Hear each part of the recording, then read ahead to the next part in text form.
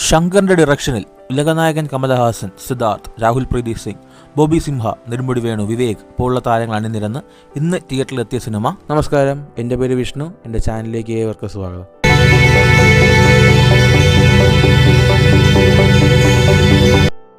Indian 2 zero tolerance എന്ന എന്റെ മനസ്സാണിത്. സിനിമയുടെ റിവ്യൂ ആയിട്ട് വന്നതല്ല, എൻ്റെ ഒപ്പീനിയനാണ് ഞാൻ അവിടെ പറയാൻ പോകുന്നത്. നിങ്ങളുടെ അഭിപ്രായങ്ങൾ തീർച്ചയായിട്ടും നിങ്ങൾ താഴെ കമൻറ്റ് ചെയ്യുമെന്ന് പ്രതീക്ഷിക്കുന്നു. അതിന് തന്നെ ഈ സിനിമയിലെ പോസിറ്റീവ് സൈഡ് നോക്കുകയാണെങ്കിൽ സിനിമയുടെ ടെക്നിക്കൽ സൈഡ് വളരെ നന്നായിട്ട്, വളരെ സ്ട്രോങ് ആയിട്ട് നിൽക്കുന്നുണ്ട്. പടത്തിൻ്റെ VFX പോലുള്ള ടെക്നിക്കൽ സൈഡൊക്കെ വളരെ നന്നായിട്ട് ചെയ്തിട്ടുണ്ട്. നിങ്ങൾക്ക് എല്ലാവർക്കും അറിയാം, ഈ സിനിമ ചെയ്തുകൊണ്ടിരിക്കുമ്പോൾ നമ്മുടെ പ്രിയപ്പെട്ട ആക്ടേഴ്സ് കുറച്ചുപേർ മരിച്ചു പോയിട്ടുണ്ടായിരുന്നു. സോ അവർക്ക് CG ചെയ്തിട്ടുണ്ട്. ചിലയിടത്തൊക്കെ അത് മനസ്സിലാവുന്നുണ്ട് CG ആണെന്ന്, പക്ഷേ എങ്കിൽ പോലും ഡീസൻ്റ് ആയിട്ട് തന്നെ ചെയ്തിട്ടുണ്ട്. ചില സീൻസിലുള്ള CGs ഒക്കെ വളരെ നന്നായിട്ടുണ്ട്. പിന്നെ ശങ്കറിൻ്റെ സിനിമയിലുള്ള വിഷ്വൽ ബ്യൂട്ടി പറഞ്ഞു തരേണ്ട ആവശ്യമില്ല. ആ വിഷ്വൽ ബ്യൂട്ടിയും നന്നായിട്ട് സിനിമ എടുത്തുകൊണ്ട് വന്നിട്ടുണ്ട്. പിന്നെ അനിരുദ്ധിൻ്റെ മ്യൂസിക് ഈ പടത്തിന് വേണ്ടി സ്യൂട്ട് ആവുന്നുണ്ട്, ഇല്ല ഞാൻ പറയുന്നില്ല, ഈ പടത്തിന് വേണ്ടി അത് സ്യൂട്ട് ആവുന്നുണ്ട്. പിന്നെ ഈ പടത്തിനെ കുറിച്ച് പറയാൻ നേരത്തെ ഈ പടത്തിന് നെഗറ്റീവ് സൈഡ് ഞാൻ ആദ്യമേ പറഞ്ഞ പോലെ തന്നെയാണ്. ഇന്ത്യൻ എന്നൊരു സിനിമയ്ക്ക് ഒരു സെക്കൻഡ് പാർട്ടിൻ്റെ ആവശ്യം ഉണ്ടായിരുന്നോ എന്ന് ഞാൻ ഇതിൻ്റെ ട്രെയിലർ ഡിസപ്പോയിൻമെൻറ്റ് ചെയ്തു എന്നൊരു വീഡിയോ ഇട്ടപ്പോൾ ഞാൻ ചോദിച്ചിട്ടുണ്ടായിരുന്നു. ആവശ്യമില്ല എന്നാണ് ഈ സിനിമ കാണാതെ എനിക്ക് മനസ്സിലാവുന്നത്.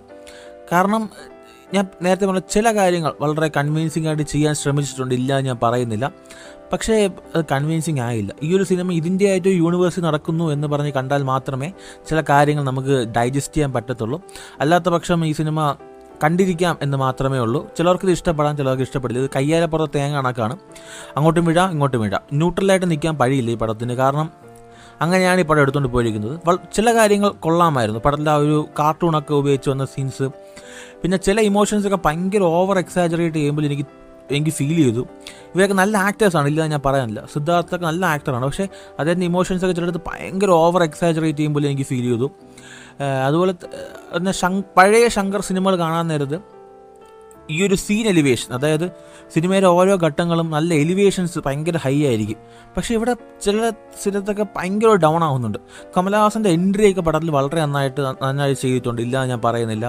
പിന്നെ ആ മർമ്മക്കല, അതിനെ ഒരു സൂപ്പർ ഹീറോ സിനിമയായിട്ട് സിനിമ മാറ്റിയിട്ടുണ്ട്.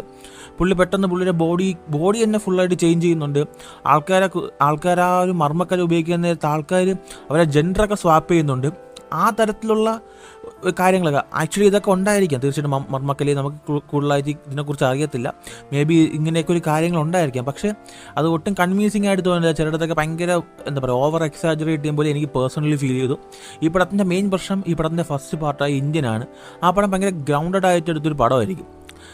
എന്താ പറയുക, ആ കഥാപാത്രം ഭയങ്കരമായിട്ട് ജസ്റ്റിഫൈ ചെയ്ത കഥാപാത്രം എടുത്തുകൊണ്ട് പോയിട്ടുണ്ടാവും.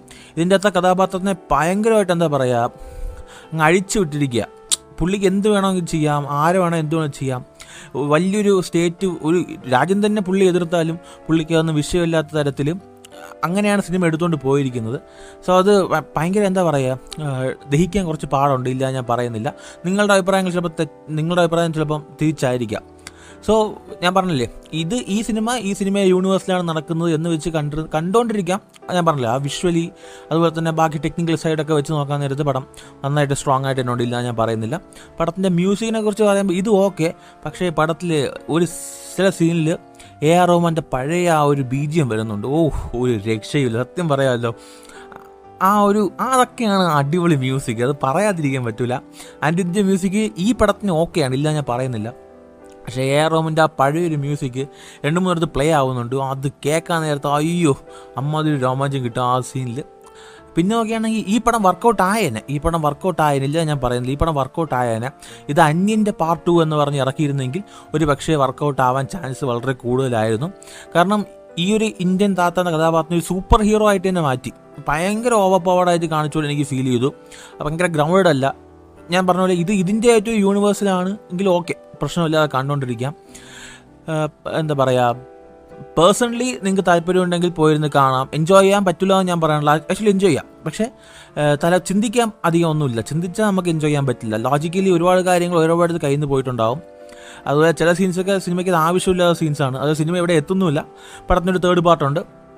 സോ നിങ്ങൾ ഈ പടം കണ്ടോ? നിങ്ങളുടെ അഭിപ്രായങ്ങൾ തീർച്ചയായിട്ടും നിങ്ങൾ താഴെ കമൻറ്റ് ചെയ്യുമെന്ന് പ്രതീക്ഷിക്കുന്നു. മറ്റൊരു ദിവസം മറ്റൊരു വീഡിയോ കാണാം. അതുവരെയും ബൈ.